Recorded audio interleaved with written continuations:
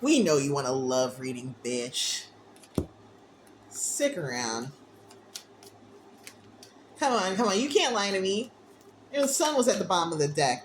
Ace of Cups. I'm like, no, I don't want to hear it.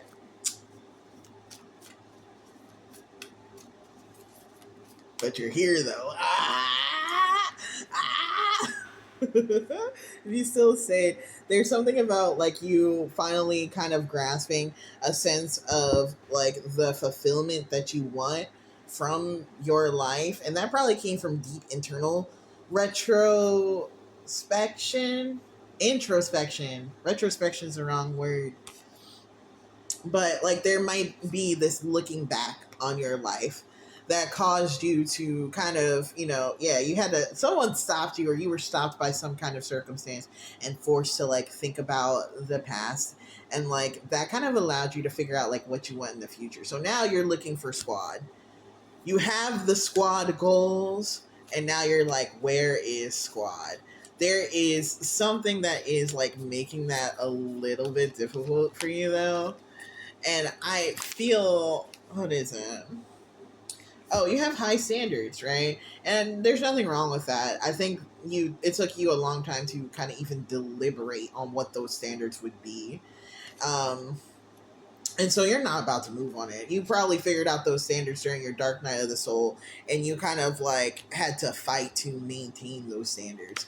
And so there's this acknowledgement that like whatever you're going to give to or whatever you're giving to you is going to give it to you exactly how you want it, or it can get the fuck out. Absolutely. Absolutely. Like, yeah, you're gonna like maintain this like this solitude, this inner peace. You have the passion that you give to yourself. You probably about to give yourself some passion a little bit. You know what I'm saying? And like what that means is that like you're not like really pressed to find somebody to take you to a space of greater peace. If anything, you know that other people can take you to a place of inner like surrender and grief, right? I think there's a part of you that doesn't even want to admit that you want love, bro. But it's time. You gotta come back to it. You're looking too good, bro. You're looking too good. You are a little bit. Your communication style from being in that place of self defense and self isolation and self discovery,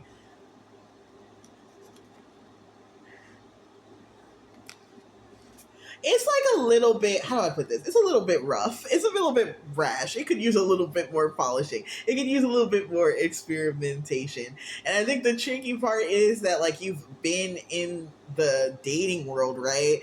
And like you know that like experimentation sucked ass. But what we're seeing here is that like there's a collective understanding that it sucked ass. We even have like Bumble deciding that they're gonna stop swiping. I think everybody's tired of swiping. Everyone is like, you made me swipe one more time, right? Like, so I think there's like a collective change in the energy, and like bringing forth this new passion you have, I think it's going to be met well, because the types of people who were in the dating pool before are also sick of the same shit. Not to say you have to go back to some stuff that you know you didn't want, right? Like if it's been made clear to you by your journey that you don't want to go back somewhere, don't go back somewhere. I just think that you're gonna have success putting yourself out there, even though it doesn't feel like it, even though you're certain that it will be just like before. I think that's a defeatist attitude. I think that's an attitude that sets up a self-fulfilling prophecy. That's an attitude that will guarantee that you won't find love, bro. You're gonna just have to confront the pain of the past, take that shit head on, so that you can move into your that next era, that kingly era, so you can like embrace the sunshine. You gotta like take that pain right on the chin, because an unwillingness to like really confront the bullshit will keep you from being able to move into that next cycle of your life. It's also going to have you kind of like misjudging others for past pain that you haven't reconciled. So it's going to be real important that you find ways to not only pour into others, but pour into yourself and like reparent yourself, but also repartner yourself. There's a lot of talk about like inner child healing. You might need to just reparent your inner early 20-year-old. You might need to reparent the time of your life when you were out there in the field dating and shit.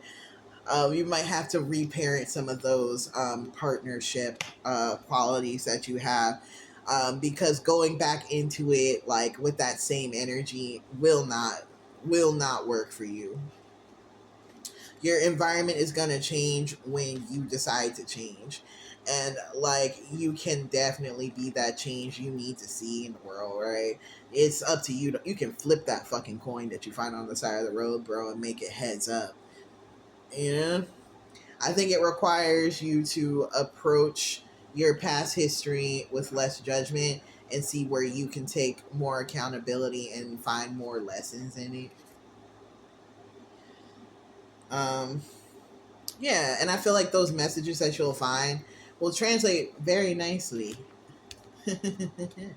Might help you find your way into a special someone's bed. Hey, hey, but you won't be resting and recovering. You know what I'm saying? You know what I'm saying?